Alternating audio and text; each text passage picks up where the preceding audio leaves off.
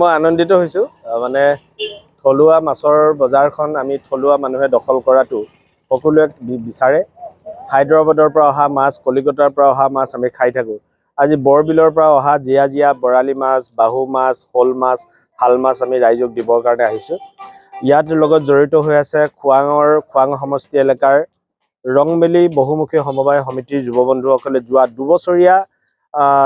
দুবছৰ জোৰা সাধনা আৰু প্ৰচেষ্টাৰ অন্তত এইবাৰ বৰবিলখনে মাছৰ উৎপাদন দেখিবলৈ আমি সক্ষম হৈছোঁ। অনাগত দিনত আমি আৰু অধিক মাছ উৎপাদন কৰি থলুৱা বজাৰখন দখল কৰিবৰ কাৰণে আমি ব্যৱস্থা কৰিম। আৰু এই বৰবিলৰ মৎস্য প্ৰকল্পটোৰ লগত প্ৰায় 40-50টা স্থানীয় পৰিয়াল জড়িত হৈ আছে, যিসকলে মাছ ধৰি তেখেতলোকে জীৱন আৰু জীৱিকা উপাৰ্জন কৰি আছে। গতিকে সেইসকল মানুহৰ উপাৰ্জনটো আৰু বঢ়াবলৈ হ'লে আমি আৰু অধিক মৎস্য উৎপাদন বৃদ্ধি কৰিব লাগিব। আৰু আমি থলুৱা বজাৰখন থলুৱা মাছেৰে যদি দখল কৰিব পাৰোঁ, মানুহে লোকেল মাছ খায়ো ভাল পাব আৰু পইচাৰ যিটো বহিগমন সেইটো আমাৰ ৰোধ হ'ব আৰু স্থানীয়ভাৱে মৎস্য উৎপাদনটো আমাৰ গ্ৰাম্য অৰ্থনীতিত বহুত প্ৰভাৱ পেলাব। গতিকে মই ৰংবিলি কোঅপাৰেটিভ ছ'চাইটিৰ সভাপতি হিচাপে মই যুৱ বন্ধুসকলক উৎসাহিত কৰিব বিচাৰোঁ যে অন্ততঃ এই মৎস্য উৎপাদন আৰু বৃদ্ধি কৰক। ময়ো যিমানখিনি পাৰোঁ সহায় সহযোগ কৰি গৈ থাকিম আৰু স্থানীয় ৰাইজৰো সহযোগিতা মই কামনা কৰিছোঁ। খোৱাং বৰবিলৰ পৰা আনিছোঁ। আমি ৰংমেলি বহুমুখী ছ'চাইটিয়ে মাছ তাত পালন কৰিছিলোঁ। আজি এই ভোগালী বিহুৰ উপলক্ষে আমি বজাৰলৈ লৈ আহিছোঁ। ইয়াত আমি বৰালি আনিছোঁ, ৰৌ আনিছোঁ, চিতল আনিছোঁ, বাহু আনিছোঁ। মানে থলুৱা মাছ তাৰমানে যিহেতু আমাৰ CM ছাৰৰ সপোন আছিলে যে থলুৱা মাছেৰে অসমৰ বজাৰ ভৰপূৰ কৰিব লাগে।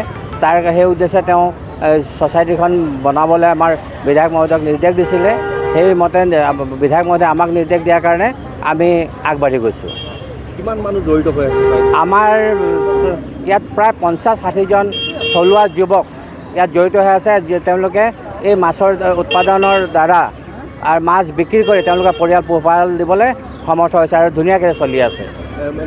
মাছ আমি বজাৰতকৈ কম ৰেটত দিছোঁ। আমি বৰালি 400, চিতল 450-500কৈ দি দিছোঁ। মই আনন্দিত হৈছোঁ মানে থলুৱা মাছৰ বজাৰখন আমি থলুৱা মানুহে দখল কৰাটো সকলোৱে বিচাৰে।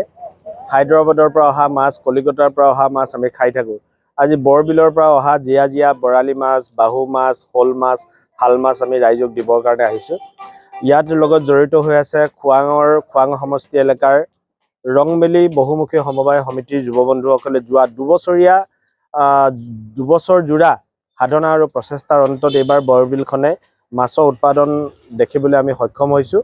অনাগত দিনত আমি আৰু অধিক মাছ উৎপাদন কৰি থলুৱা বজাৰখন দখল কৰিবৰ কাৰণে আমি ব্যৱস্থা কৰিম। আৰু এই বৰবিলৰ মৎস্য প্ৰকল্পটোৰ লগত প্ৰায় 40-50টা স্থানীয় পৰিয়াল জড়িত হৈ আছে, যিসকলে মাছ ধৰি তেখেতলোকে জীৱন আৰু জীৱিকা উপাৰ্জন কৰি আছে।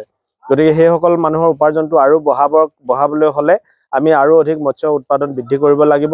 আৰু আমি থলুৱা বজাৰখন থলুৱা মাছেৰে যদি দখল কৰিব পাৰোঁ, মানুহে লোকেল মাছ খায়ো ভাল পাব আৰু পইচাৰ যিটো বহিগমন সেইটো আমাৰ ৰোধ হ'ব আৰু স্থানীয়ভাৱে মৎস্য উৎপাদনটো আমাৰ গ্ৰাম্য অৰ্থনীতিত বহুত প্ৰভাৱ পেলাব।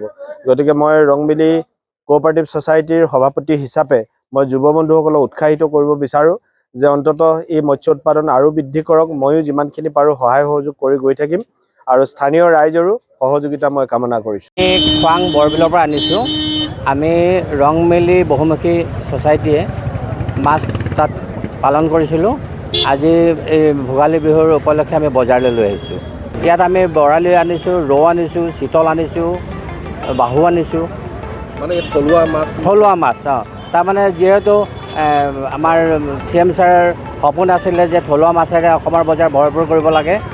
সেই উদ্দেশ্যে তেওঁ ছ'চাইটিখন বনাবলৈ আমাৰ বিধায়ক মহোদয়ক নিৰ্দেশ দিছিলে।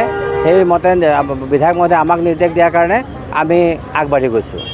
কিমান মানুহ জড়িত হৈ আছে?